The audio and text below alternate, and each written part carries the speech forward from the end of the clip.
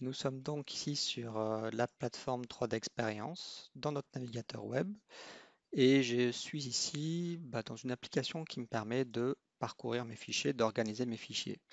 Sans plus de précision, ici je vais simplement glisser mon fichier dans l'onglet Analyse dans une autre application qui va me permettre d'explorer la structure de mon assemblage, de voir l'ensemble des propriétés, qui sont les propriétaires des pièces, quel est le statut des fichiers, et ainsi de suite. Je peux aussi glisser dans une deuxième application sur la droite qui me permet de visionner en 3D, de faire des éclatés, des mesures, des sections, des slides d'annotation et tout un tas de choses. Ici, ce que je veux vous montrer, c'est surtout la capacité d'analyser une structure avec ses propriétés. J'ai par exemple accès à l'état des fichiers pour par exemple filtrer sur les pièces qui sont in work, en cours de travail. Voilà, et l'affichage à la fois dans le 3D et dans l'arborescence est filtré sur les pièces qui sont in work. Ici, ce qui m'intéresse dans notre scénario, je suis Monsieur Bernard, le responsable du projet. Je vais jeter un coup d'œil aux matériaux et pour mieux analyser ça, je vais colorier à la fois à nouveau l'arborescence et le 3D. Voilà, si je viens voir le Motoni par exemple, mes pièces en fonction de leurs matériaux. Alors ça me permet ici d'attirer mon attention sur ces deux pièces-là qui sont en alliage 1060. Et ces deux pièces, je trouve qu'il y a un léger problème sur l'axe qui supporte le vérin ici. Il pourrait être largement renforcé en s'appuyant directement sur la pièce du bas qui est usinée. Je vais donc remonter une demande de modification à mon concepteur, Nicolas, simplement en cliquant sur le bouton Nouveau problème ou Nouvelle demande pour renforcer l'axe du vérin. Description, l'axe me semble trop faible pour les chocs. Je peux même proposer une recommandation de résolution, utiliser la pièce du dessous pour supporter l'axe, par exemple. Bon, du texte, c'est bien, mais c'est pas trop significatif. Est-ce qu'on va comprendre quelle est la pièce du dessous? Est-ce que c'est celle-ci? Est-ce que c'est au-dessus? Dans quel sens on est? C'est pas forcément évident. Donc la première chose que je vais faire, c'est passer dans l'onglet Contenu et pointer sur ma pièce qui est en cause ici, la pièce que je veux voir modifiée. Voilà. Et en même temps, je vais pouvoir pointer sur le contexte applicable, c'est-à-dire simplement l'assemblage dans lequel l'utilisateur va travailler, quel assemblage l'utilisateur va ouvrir. Alors ici, je vais pointer l'assemblage de tête, je vais aussi pointer le sous-assemblage, au choix pour le concepteur de savoir lequel il veut travailler et sans doute qu'il va simplement réviser le sous-assemblage et mettre à jour l'assemblage de tête dans sa révision A. Bon. En pointant ça, la pièce directement, ce problème est vraiment accroché au 3D, au fichier 3D et à chaque fois que j'ouvre ce 3D, mon problème, ma demande s'affichera. Je vais en plus insérer une capture d'écran pour pouvoir faire un petit schéma pour bien indiquer ce que je demande à l'utilisateur. Donc moi, cette pièce-là, elle va pas, cette partie-là va pas bouger. Je vais rajouter deux oreilles pour renforcer cette pièce et s'accrocher.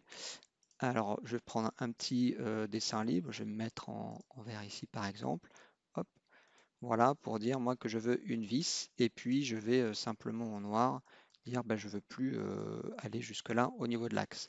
Ça me semble pas mal, on enregistre et il me reste plus qu'à assigner la personne, donc le concepteur, Nicolas, à cette demande.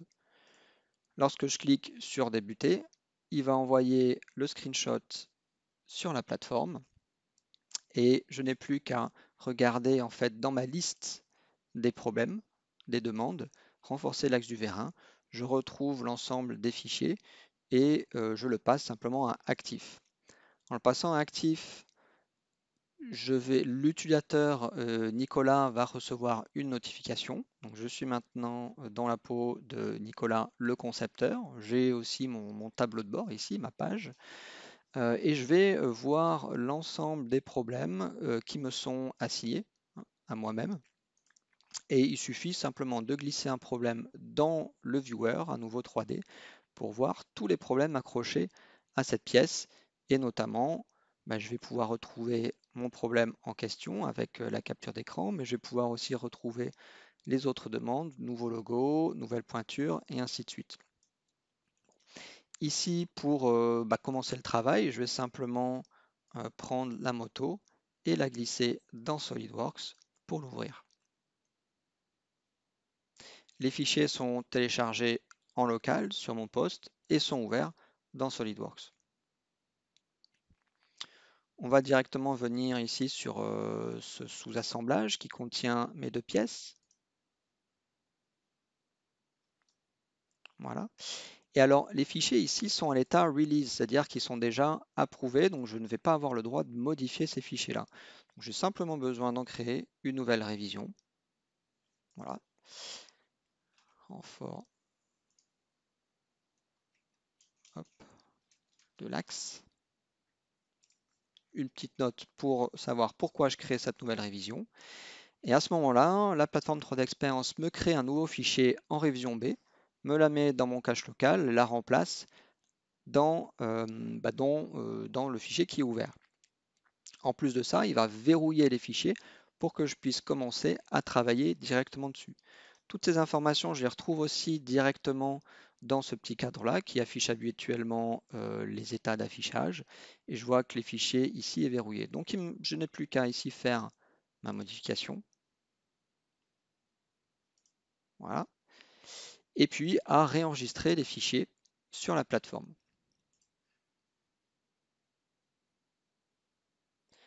Les fichiers s'enregistrent d'abord en local et sont ensuite envoyés sur la plateforme. Je peux à nouveau mettre un petit commentaire. Ici, je vais simplement demander de déverrouiller les fichiers une fois qu'ils sont terminés.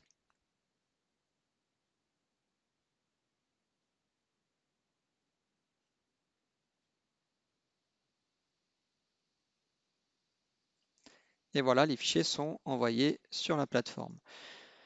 Ici, on est dans un scénario collaboratif, hein, donc je vais envoyer ces informations-là à mon collègue. Alors, pour la revue de conception, le temps de la revue de la conception, je vais déjà verrouiller mes fichiers, les passer à l'état frozen, pour qu'ils ne soient plus modifiables par d'autres personnes. Alors, évidemment, si on a besoin de revenir sur ces pièces-là, je pourrais toujours les repasser à InWork.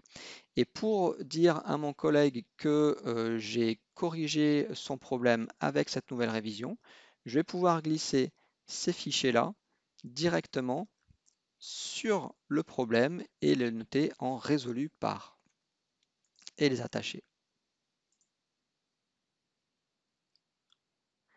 Comme ça, mon collègue et n'importe qui d'autre qui reviendra sur ce problème aura toutes les informations nécessaires.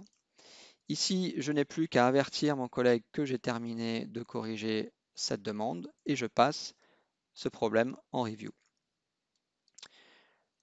Je rechange de personnage ici pour passer sur Monsieur Bernard, le responsable du projet, qui a à nouveau été notifié. Il va pouvoir du coup déplier ce problème et voir les deux résolutions et notamment glisser cette révision B dans, dans la visionneuse 3D pour voir la nouvelle version. Pour pouvoir bien comparer les deux versions, il va pouvoir sélectionner les deux, l'ancienne et la nouvelle, toutes les deux attachées à ma demande et comparer les deux versions tout simplement.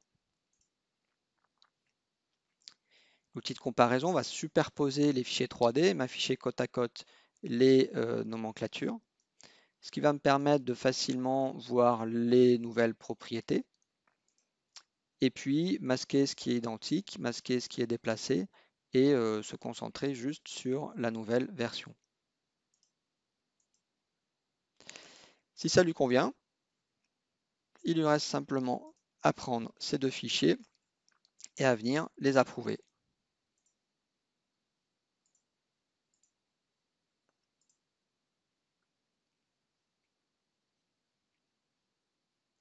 Voilà. Et la dernière étape, c'est bien sûr de fermer tout simplement ce problème. Voilà. Une fois que ce problème est corrigé, on peut imaginer un partage avec le reste de la société, mais surtout des personnes extérieures. Et ces personnes extérieures peuvent avoir accès en fait à cette page 3D Play simplement en partageant le lien vers le fichier SolidWorks. Donc vous pouvez scanner ce QR code et accéder dans l'application 3D Play avec votre login et mot de passe SolidWorks. C'est la même chose que le login et mot de passe 3D Experience. Vous pouvez accéder à cette page.